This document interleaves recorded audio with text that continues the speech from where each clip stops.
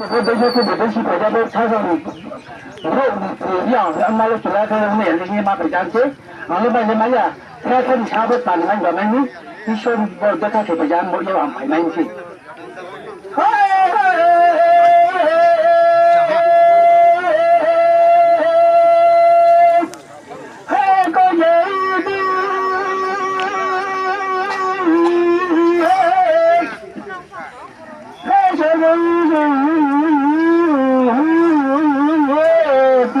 Maka tay khay này à. Nó từ nó từ tới xe bảy